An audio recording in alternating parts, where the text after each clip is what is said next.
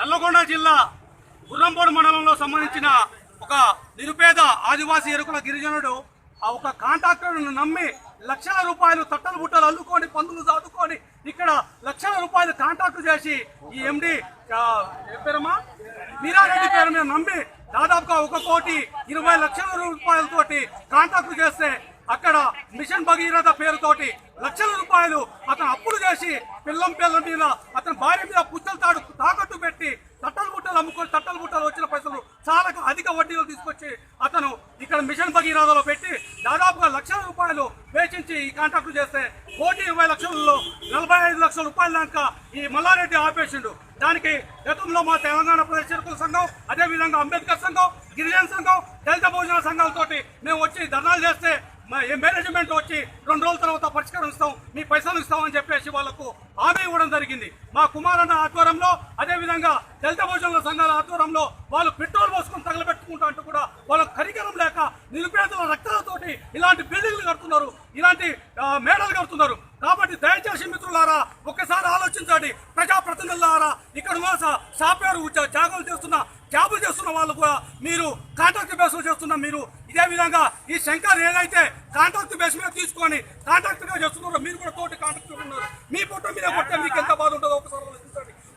ఇక్కడ కులం ఒక ఎరుకల గిరిజన కులం కాబట్టి అతను కులంతో చూసి ఒక అగ్రకులానికి చెందిన రెడ్డి వీరారెడ్డి అనే వ్యక్తి అతని కులం తక్కువ కాబట్టి పైసలు ఇవ్వకుండా సతాయిస్తున్నాడు. దాదాపుగా 2 సంవత్సరాల నుంచి అతని ముప్పు తిప్పలు పెడుతున్నాడు. ఈ రోజు భార్య పిల్లలు పెట్రోల్ తీసుకొచ్చుకొని సావడానికి సిద్ధమైంది. సావడానికి దీని కారణం పూర్తిగా వీరారెడ్డి.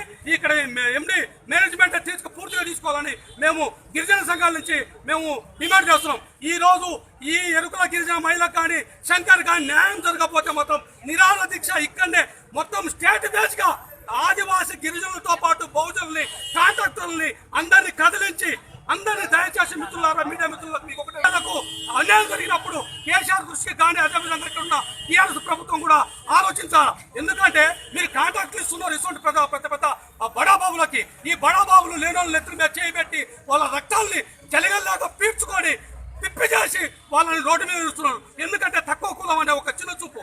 అదే మీ రెడ్డో, కమ్మో, కోపో లేకపోతే కోటో అయితే ఇట్లా చేస్తుండేనా? ఈ పందులు దాదాపుగా అతను 200-300 పందులు చూడండి. ఈ రోజు హైదరాబాద్ నడిబొట్టున తెలంగాణ ప్రభుత్వం వచ్చినప్పుడు నడిబొట్టున ఈ పందులతో ధర్నా చేయాల్సిన స్థితిని తీసుకొచ్చింది మీరు.